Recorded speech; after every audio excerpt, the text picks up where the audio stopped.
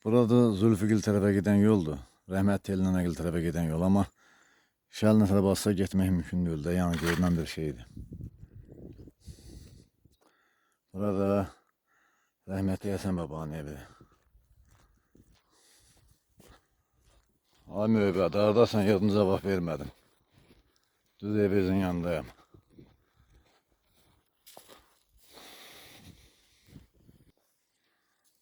Bax ay mühəbbət, burası sizin ev. Bu silməklə belə bitirir. Bu sizin ev.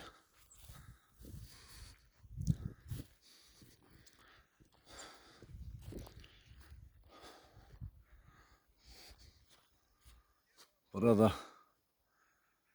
rəhmətli Əhməd əmin evi, Alaferdəgilin evi. Buradan belə keçmək mümkün deyil də. Səmbərənin evinə tərəsim olmur. Göldür, yəni adam batır. Adam toprağa kim gelir palsa. Göl buraları bas. Qayıdım gerim Filmangilin məhəlləsinə. Filmangilin məhəlləsindən yavaş-yavaş çıxma olacaq. Bax, bu da Filmangilin məhəlləsi.